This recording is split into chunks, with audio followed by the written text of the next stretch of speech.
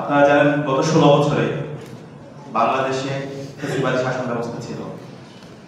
বাংলাদেশের যে তরুণ প্রজন্ম ছিল তাদেরকে অ্যাপলিটিক্যাল করে রাখার জন্য যত ধরনের আয়োজন দরকার সব আয়োজন রাখা হয়েছিল। আমরা দেখতে পেয়েছি রাজনীতি বিমুখতা, আই হ্যাভ পলিটিক্স একটা জেনারেশন তৈরি করার জন্য, এবং আমাদের পলিসিগত জায়গায় তরুণদেরকে যেভাবে সম্পৃক্ত করা দরকার ছিল সেখানে আমরা দেখতে পাইনি। বাংলাদেশের আমাদের যে ন্যাশনাল পলিসি ছিল সেই ন্যাশনাল পলিসি থেকে একটা দলের পলিসিকে ন্যাশনাল পলিসি করা হয়েছিল।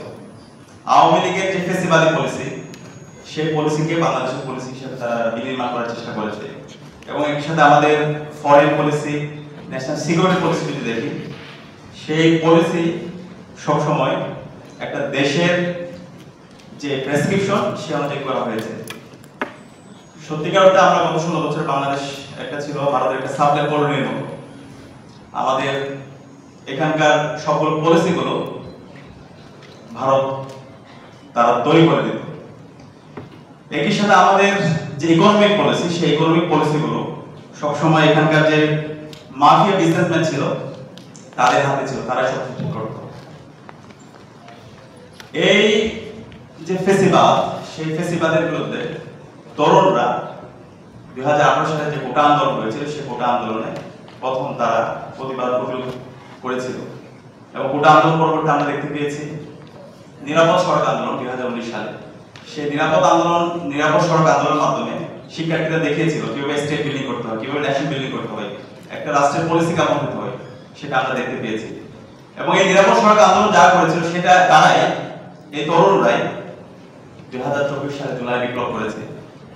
এবং এই জুলাই বিপ্লবে আমরা দেখতে পেয়েছি প্রত্যেকের পরিচয় ভুলে গিয়ে তারা কমনগুলো নিয়ে বাংলাদেশ প্রশ্ন ঐক্যবদ্ধ হয়ে আমরা আন্দোলন করেছি। আমরা এই ক্ষেত্রে দেখি নাই এখানে কে কোন দল থেকে এসেছে, কে কোন মতের, কার আদর্শ কি, প্রত্যেকের পরিচয় ভুলে গিয়ে ফ্যাসিবাদের বিরুদ্ধে আমরা ঐক্যবদ্ধ আন্দোলন করেছিলাম। এবং এই বিপ্লবে আমাদের শহীদরা আমাদের রাস্তা দেখিয়েছে, আমাদের 2000 ভাই বোন শহীদ হয়েছে, 40,000 ভাই বোন গাজী হয়েছে, যার মাধ্যমে আজকে আমরা ফ্যাসিবাদ মুক্ত বাংলাদেশ পেয়েছি।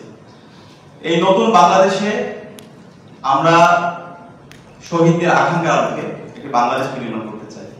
শহীদরা যে জন্য জীবন দিয়েছে একটা বৈষম্যহীন ইনসাফ ভিত্তিক বাংলাদেশ।